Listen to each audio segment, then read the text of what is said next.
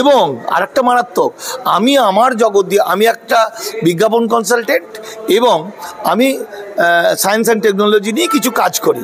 সেই কাজ করতে গিয়ে আমি দেখছি বাংলাদেশ যে আবিষ্কার করছে কৃষিতে, আমার সাবজেক্ট কৃষি, অকল্পনীয়। ফলে বাংলাদেশের যে ইয়ং ছেলেমেয়ে যারা পড়াশোনা করছে, সারা পৃথিবীতে চাকরি করছে এবং তার রোজগারের একটা অংশ তার মায়ের জন্য পাঠাচ্ছে। মা মানে বাংলাদেশ, অর্থাৎ ওখান থেকে টাকা পাঠাচ্ছে বাংলাদেশে ডেভেলপ করার জন্য।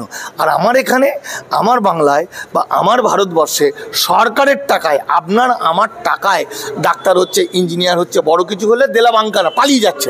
পালিয়ে গিয়ে সেখান থেকে নিজের মা বাবা মরলেও দেখতে আসছে না, আত্মীয় স্বজনকে পরিচয় দিচ্ছে না। ফলে বড় দেখলে হবে না, বড় না, এইটুকু হোক। ভিয়েতনাম আমরা জানি 12 বছর লড়াই করেছিল আমেরিকার সঙ্গে।